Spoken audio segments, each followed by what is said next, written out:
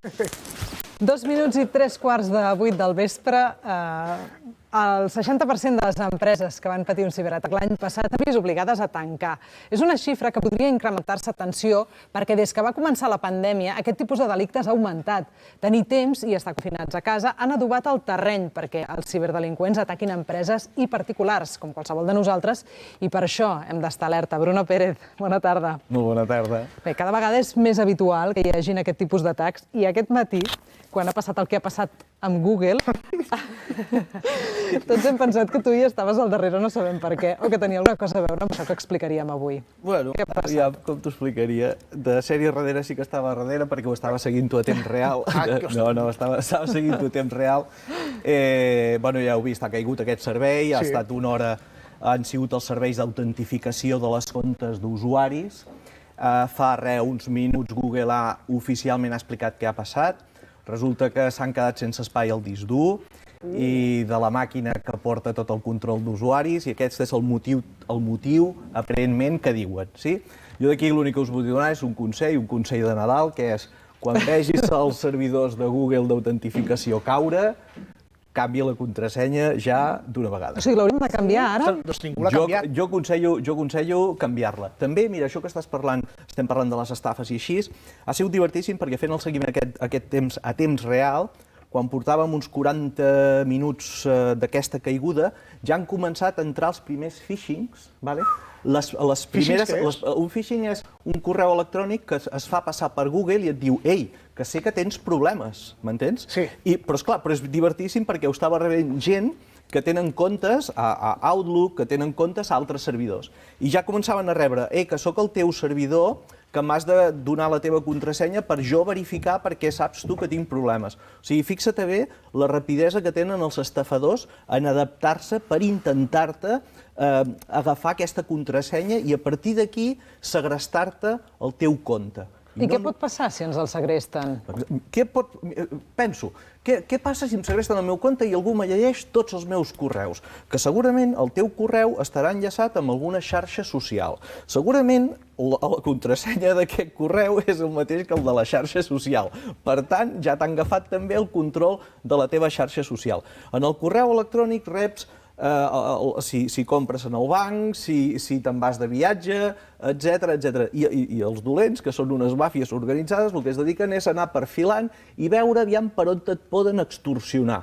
Si ets una empresa que fas transferències internacionals, iran a per aquí. Si ets una persona que tens molts de contactes, que xerres molt, etc., doncs potser et faran una extorsió. I llavors et van veient quin perfil tens, aviam com te poden, a l'hora de la veritat, aixecar la camisa, robar-te les dades i robar-te els diners. Però això que ha passat avui, per exemple, ara hem d'estar patint si nosaltres, la Marta, la Jessica i jo mateix, no hem fet cas d'aquests phishings que dius que ens han aparegut i ara pot estar algú al nostre compte? Pregunto, Aviam, el que ha passat avui, ja et dic, és tot molt recent, etc. Jo només deixo anar el consell, que és, també sabeu que us demano que un cop a l'any feu el favor de canviar la contrasenya. No podeu anar tot el dia amb la mateixa contrasenya, que hi ha gent que la porta des de fa 10 anys enrere. És que després te n'oblides, I no fer servir la mateixa contrasenya per tot. Hi ha gestors de contrasenyes, ja hi ha uns softwares especials que es diuen gestors de contrasenyes. I si no, me cas un dena, hi ha una cosa que es diu llibreta, te l'apuntes. Però és importantíssim diversificar el risc. Això és sagrat amb ciberseguretat, heu de diversificar-ho. No podeu anar amb la mateixa contrasenya a tot arreu. Per exemple, no podeu fer servir el correu electrònic amb el que us envien els comunicats, no pot ser el correu electrònic de les xarxes socials. Tu has de tenir un correu electrònic que sigui només per les xarxes socials, però que no has de rebre publicitat ni l'has de donar mai de la vida. Per què? Perquè si el dones, ja tenen la teva clau d'accés a la xarxa social. Doncs ha de ser un compte que no sigui per ningú. Com us queda el cos? No, estrany, perquè al final tots tirem del mateix i ens adonem, almenys en el meu cas, que fem les coses molt malament i que estem molt vulnerables a qualsevol tipus de hacker o d'estafa o de... Amb molta ingenuïtat, oi? I si a sobre teniu allò d'autocompletar contrasenya de Google, que a sobre és de Google, jo ja estic pensant, ai mare. Amb l'autocompletar aquest, no ho feu mai de la vida. Per què? Perquè hi ha un atac molt i molt senzill que és, si em deixes la sessió de l'ordinador obert, et vinc amb un USB, te'l punxo fas un clic, i el fet de punxar-te'l executa un comandament que és molt senzill i el que et fa és t'agafa totes les contrasenyes que tu has guardat al navegador. I les veig totes, clac, les veig totes una rere l'altra, que justament és el que et fan amb la famosa estafa aquesta de Microsoft, que és una de les que s'estan sentint moltíssim, l'estafa de Microsoft. Justament per això t'anava a preguntar, és a dir, els Mossos de fet han detectat i han fet saber que corre una altra estafa que torna a fer servir el nom de Microsoft per d'entrada fer coses que no s'haurien de fer. Pot trucar un tècnic i fer-se passar directament i entrar al nostre compte, sense més? Efectivament. El que te fan és, reps una trucada, abans era en anglès, ara és en un castellà una mica xapurrero, però hem de vigilar perquè ja comencen a haver-hi estafes en català, val? Et truca i et diu, escolta, que sóc tècnic de Microsoft, que sabem que el teu ordinador últimament està fallant, que està anant lent, i nosaltres te l'arreglarem. Clar, aviam, aquí no li va lent l'ordinador, a tothom li va lent, no? I carai, que truqui Microsoft i que et digui que te l'arregla, doncs tu què dius? Escolta, què haig de fer? Mira, molt senzill, has d'anar a aquesta pàgina web, fer clic en aquí, i a partir d'aquí el que te fan és t'entra en un programa de control remot del teu ordinador i mentre tu vas veient llumetes i cosetes, què t'estan fent? Justament el que t'estava explicant. Executen uns comandaments que t'agafen tots els passwords que tens al navegador, i a partir d'aquí te van agafant peces vitals del teu sistema i te van agafant i ja saben com te podran extorsionar, perquè t'accediran al correu, t'accediran a les xarxes i et diran tinc la teva compte d'Instagram, clic, paga, o si no pagues, no tens compte d'Instagram. Està sent un dels nostres crits de guerra, hem de confessar, aquest quit i clic, és una cosa que ja inclús fem servir quan hem de parlar de xarxes, ens estàs contagiant el teu idioma, Bruno. La monetització de la vida, en general. Bé, de fet, una prova que el ciberxantatge està augmentant és que l'Instituto Nacional de Ciberseguridad ha posat en marxa una línia telefònica per atendre trucades justament sobre això, no? N'hi ha prou amb això? Arriba tard? És correcte? Uah, aviam, el 017. Mira, està molt bé que d'una santa vegada hi hagi algú a darrere i que algú t'escolti, perquè el problema que hi ha és que la gent ens hem informatitzat tots de cop, ens hem apuntat a les xarxes, aquí ningú n'ha après, ningú n'ha estudiat, hi ha un Cristo ara mateix molt gros. I realment hi ha gent que té molts de problemes i la gent no sap on anar. Realment no saben on anar, perquè moltes vegades vas a Mossos a presentar la denúncia i sí, quedes amb la denúncia i què? Però el problema el tens. I la gent no sap on anar. I està molt bé que el 017 sigui una mica un telèfon de l'esperança, de que puguis trucar i que algú t'escolti i que algú almenys t'entengui. Això és important. Ara, també no vull vendre la moto i la veritat per davant.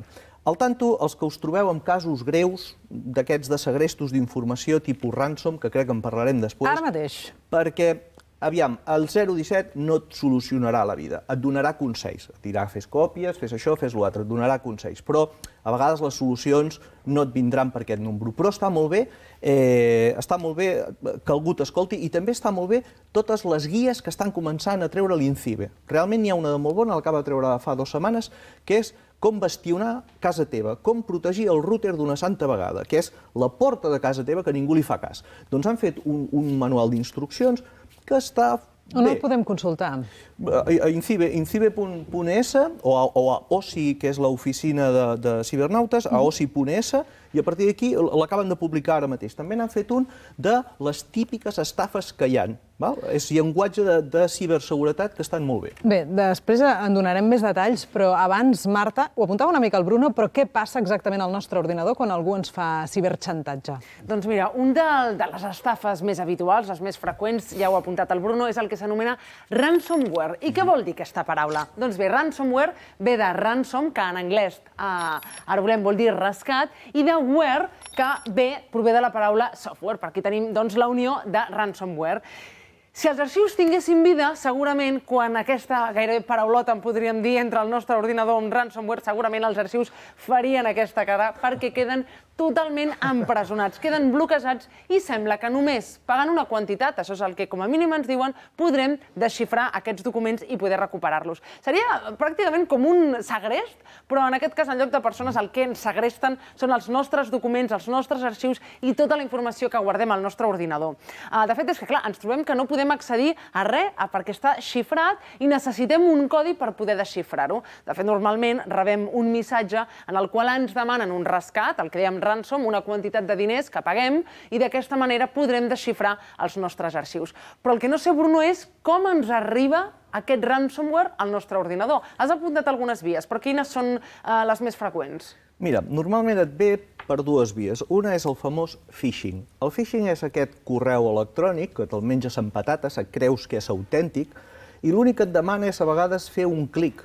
O fins i tot et diré descarregar-te un fitxer PDF o un fitxer Word, un fitxer doc. Val? Sí. La gent no sap que els fitxers PDF i els fitxers Word són containers, són contenidors. I jo, si tu m'envies un fitxer Word, amb el que tu m'escrius, jo darrere li puc afegir-hi moltes cosetes. Vale? I aprofitant alguna vulnerabilitat, puc executar-ho. Aquesta és una, amb un sol clic de l'usuari o descarregar-te un fitxer PDF o Word. Aquesta és la primera. I l'altra és aprofitant vulnerabilitats del sistema, fallos del sistema. Per això, la regla número 1 en ciberseguretat és actualització. Quan el sistema et diu m'haig d'actualitzar, sí, t'has d'actualitzar sempre. El sistema operatiu. Però, atenció, t'has d'actualitzar totes les capes. Què vol dir les capes? Les capes vol dir el sistema operatiu, els programes, els plugins que tinguis, els afegits que tinguis. Ho has d'actualitzar-ho tot, perquè si no ho tens actualitzat, doncs per un forat de seguretat d'aquí t'executaran algun codi que ja hi és. Les empreses grosses que han caigut de ransom, que han caigut ajuntaments, que han caigut hospitals, que ha caigut molta gent, han sigut atacats durant molts de dies abans. S'ha detectat quan fem l'autòpsia, quan fem una forense, doncs quan fem l'autòpsia veiem que ja feia mesos que estan clinc, provant, i estan veient aviam aquests fallos i aviam com es van colant. I a poc van deixant les cosetes i quan tenen tot deixat dintre el servidor, accedeixen, pim-pam-pum, i en aquests casos un antivirus és garantia d'estar protegits o més protegits o no et garanteix massa cosa? M'agrada la pregunta. M'agrada molt la pregunta. És molt bona aquesta. Un antivirus, sí, sempre. Antivirus l'hem de portar sempre, però, atenció, aviam, un antivirus gratis és un antivirus gratis, val? I els antivirus gratis no et solucionen dels ransoms. Per això, feu el favor de comprar un antivirus que costa 4 duros i més ara aquests 4 duros quan seria un antivirus? Mira, 4 duros t'estic parlant de 40 euros. 29, 39 euros i ja està. I ara, sobretot, que havia el Black Friday, heu de comprar ciberseguretat al Black Friday. Per què? Perquè aquestes empreses et fan ofertes del 70... Ho demanem als Reis. T'has d'esperar. Black Friday, l'any que ve. Per l'any que ve estigueu al tanto amb temes de ciberseguretat perquè t'ho dic, és el moment de comprar un molt bon antivirus. I un molt bon antivirus sí que te pot protegir, però el que realment et protegirà és les còpies de seguretat. Les 3 Bs d'una empresa són backup, backup i backup. Còpia, còpia i còpia. Una còpia física desconnectada. Una còpia física desconnectada i fora del lloc. I l'altra, una còpia al núvol. I l'altra, la casa de la muntanya... Implacable tot el que diu el Bruno sobre aquesta qüestió, però Marta, què diu la policia sobre això? Davant d'un ciberxantatge, què hem de fer? I hem d'accedir? Hem de denunciar? Mira, jo no tinc la resposta perquè a mi si em segrestessin l'ordinador realment no sabria què és el que fer, però per respondre a aquesta pregunta, per saber què hem de fer i què no hem de fer, hem parlat amb l'Albert Álvarez, que és cap de la unitat de delictes informàtics dels Mossos d'Esquadra, i això és el que ens ha dit. En el moment que hem estat víctimes d'algun tipus d'atac informàtic d'aquest estil, el primer que hem de fer és reposar-nos d'aquest atac informàtic per descomptat i en una segona instància sí que serà necessari ja posar-ho en coneixement de les autoritats, perquè no deixa de ser un il·lícit penal que necessitem nosaltres de conèixer-lo i d'investigar-lo. En el moment que nosaltres paguem aquest tipus d'extorsions econòmiques, el que estem fent és donar ales al cibercrim. Hem de tenir clar que el que van a buscar aquesta gent és l'extorsió econòmica. Això vol dir que necessitem tenir de referència algun tipus de consultoria informàtica, d'empresa informàtica, per posar-nos en les seves mans, és a dir, que són els autèntics experts que ens poden resoldre una situació d'aquesta envergadura. A partir d'aquí, prendre les precaucions habituals i necessàries perquè això no ens torni a passar. Ja són temes més tècnics, com poden ser no posar a l'abast dels atacs les nostres còpies de seguretat, que és l'element més bàsic i vital a l'hora de recuperar-nos d'un atac d'aquest estil, prendre altres mesures de precaució, com pot ser tot el tema de segmentacions de xarxa, tenir tot el software el més actualitzat possible. A falta de dades del mes de desembre, podem establir ja que només amb les dades tancant el mes de novembre tenim un increment d'un 10% aproximadament i encara ens falta tot el mes de desembre. Respecte a tot això, respecte a les dades del 2019. I el fet de que la situació de confinament pugui tenir alguna cosa a veure, doncs s'haurà d'acabar d'estudiar. Cert és de que s'ha incrementat la superfície d'exposició en el qual tots tenim molta més dependència de les tecnologies de la informació arran de que depenem més d'aquestes tecnologies per desenvolupar la nostra tasca laboral o diària d'oci amb els nostres amics o familiars, etc. Vinga, doncs queda tot apuntat, Bruno, i després tu ho esmentaves abans, hi ha un altre tipus d'extorsió digital que és la sextorsió. En què consisteix? La sextorsió és quan t'agafen imatges teves en una situació així de poca roba i molta activitat i a partir d'aquí et demanen o diners per no publicar-les o et demanen més contingut. El més important del tema sextorsió, que n'hem parlat moltíssim, és que ara mateix hi ha dos targets, hi ha dos públics pels que van els criminals, que són la mainada petita, la mainada de 12 a 14 anys, i sobretot la gent gran. La gent gran ara mateix està sent molt... La gent gran de quina edat parlem? Doncs mira, de 60 i pico, 70 cap a dalt, que estan posats allà a l'ordinador, que no controlen res, els hi surt una titona molt maca, pim-pam-pum, i aquesta gent no saben com gestionar-ho, no saben com gestionar les imatges que han donat, i a partir d'aquí ve l'estafa i els hi cauen els diners. Bé, recordem que tant el ciberxantatge, òbviament, com la revelació de secrets, el fet de publicar imatges d'aquestes persones, seria delictiu, eh? Sí, 12 anys, 16 et cauen en un moment. Apa, doncs, Bruno, moltíssimes gràcies per haver-nos posat una mica de llum en aquesta qüestió. Déu-n'hi-do. Nosaltres arribem d'aquesta manera al final i tornarem demà, serà com sempre, quan siguin 7:15 de la tarda, però continuem en línia a les nostres xarxes socials. Ara arriba tota l'actualitat amb el vespre a la 2. Que vagi molt bé, adéu-siau.